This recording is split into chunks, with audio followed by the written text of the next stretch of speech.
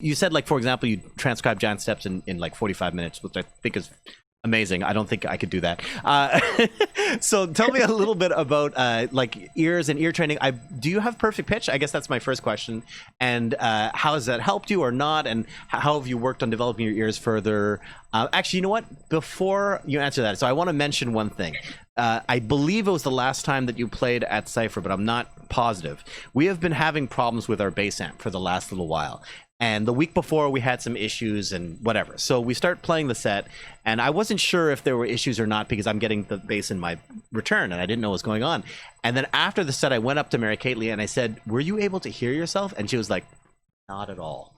And you played the entire set without being able to hear yourself, but because your ears and your sense of where the notes are is so strong, you could barely anyway, it just totally blew me away. So all of those stories said, tell me a little bit about ears and ear training and playing by ear and all this kind of thing. Okay, well, I'm gonna start. Yeah, I do have perfect pitch, but it's not like a super power, you know. I don't think like, especially in jazz, you know, Mm-hmm. it's not like a free pass. It's really not. Absolutely. But once again, for transcribing though, like it really helps to get things like right away and Mm-hmm. to, transcribe like fast and that kind of thing. But for each ear training, like, and more in relation to like transcribing, once again, it's like I would get the thing, but it was really transferring into my instrument. So the way I see it, you know, it's like really using whatever ability I have with my ears, but using it for my instrument. And yeah, like I guess that's really all I'd have to say. And for ear training, I mean, I'm still working on it because I mean, I've been like honestly like in my younger days, it was really like major, minor, dominant seven, like diminished and augmented chord. That's the classical training. That's all they do, you know. Right. But like in jazz, you really had to like develop these colors. And the thing that I feel I haven't mastered yet is really like concretely differentiating colors, like major seven and minor seven and like all 12 keys. Because to me, they just I keep feeling them. Like I feel them a lot, you know, and I get them, but I don't like. It's not like it's not as like major minor. It's not the same way that I see major and minor triads. Okay. If you know what I mean? Yeah.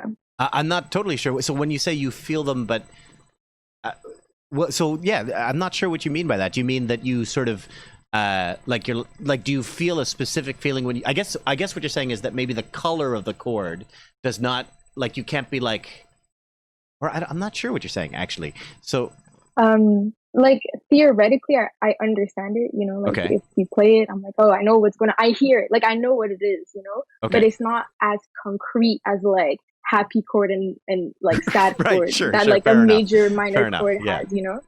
But I do understand it. Like I do know, like I'm not gonna be like, oh my goodness, I'm not guessing what's going on. Right. It's just like it's like a bit here, but it needs to be here, you know. Okay. Yeah. So is it kind of like if somebody plays like a I don't know, a 5-note chord or something, like you can tell us what the notes are because you have perfect pitch, but you can't but you wouldn't immediately go, oh, it's a C major 7 with a sharp 5 or whatever.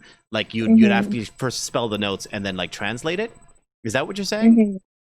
Yeah. Okay. Like I could do it, but it's not like 10 on 10 every single time. Sure. You know what I'm saying? Right. So I would say like that's really I would say like as a person with perfect pitch, that's something like that I have, like I kind of have to turn off my perfect pitch to just hear a chord as like a chord rather than like, oh, do mi sol si, you know, as like individual notes and then theoretically put them together. Okay, that makes this chord, you know? I see. So you hear the individual notes. I see. So it's because I don't have perfect pitch, so I don't know what what the feeling is like.